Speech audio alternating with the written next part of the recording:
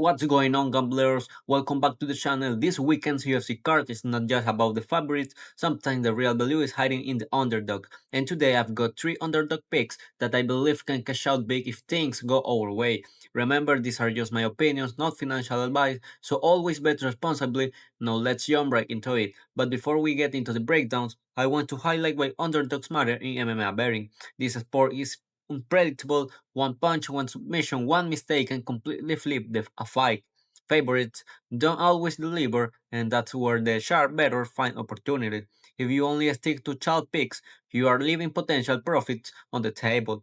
Also, I want to point out something important. Underdogs don't need to win every time to make money. If you are getting plus 200 or plus 300 odds and you hit one of out of three, you are still profiting. That's why I love digging into this sport, and this card has some real gems we can take advantage of. The first underdog we are looking at is Colby Thicknesse against Josias Musasa. The betting odds are strongly tilted towards Musasa, but here's the thing. Both fighters are 0-1 in the UFC. The difference is in the quality of competition. Colby's loss came against Alexander Topuria, and if you rewatch that fight, you'll see Colby had his moment. Musasa, on the other hand, hasn't shown that same level of grit against top-tier competition. That's why I see a real value in sitting with Colby. Don't be surprised that if he come out sharper and steal this one. Colby has shown strong fundamental in his regional fights, solid striking, doesn't take down defense, and the ability to push the pace. Those are traits you want in an underdog because they keep him competitive in every round. Musasa had good tools, but he hasn't yet proven that he can dominate UFC level talent. That creates an opening. And the biggest edge for me is the mental factor. Colby already experienced what it's like to face someone at the top, while Musasa still hasn't been tested in the fire. Sometimes those small intangibles are what makes underdogs overperform. If Colby can drag this into deep waters, I see him pulling off the upset. Next up, we've got the heavyweight clash, Justin Tafa versus Louie Sutherland. Now Tafa is a recognizable name, but let's be real, he's being consistent and his record shows it. He even lost to a UFC debutant like Teixeira, which raises big question about his ceiling. On the other side, Louis is coming in hot with a 4-fight win streak. He's younger, hungrier, and he has momentum on his side. This doesn't mean Louis is a lock, but as an underdog, this is the kind of spot you look for when trying to find value. I'm rolling with Louis Sutherland here. When you're betting heavyweight, one of the most important factors is knockout power, and Louis definitely has that. He's shown finishing ability and composure, which is a huge and a division where fights can change in an instant. Tafa, meanwhile, sometimes struggles to keep his cardio in check if the fight drags past the first round. That opens up a real window for Louis to capitalize. Another reason I like Louis in this matchup is motivation. Tafa has been in the UFC for a while, but hasn't been able to put together consistent momentum. Louis is coming in with the kind of energy that debutants and fresh fighters bring.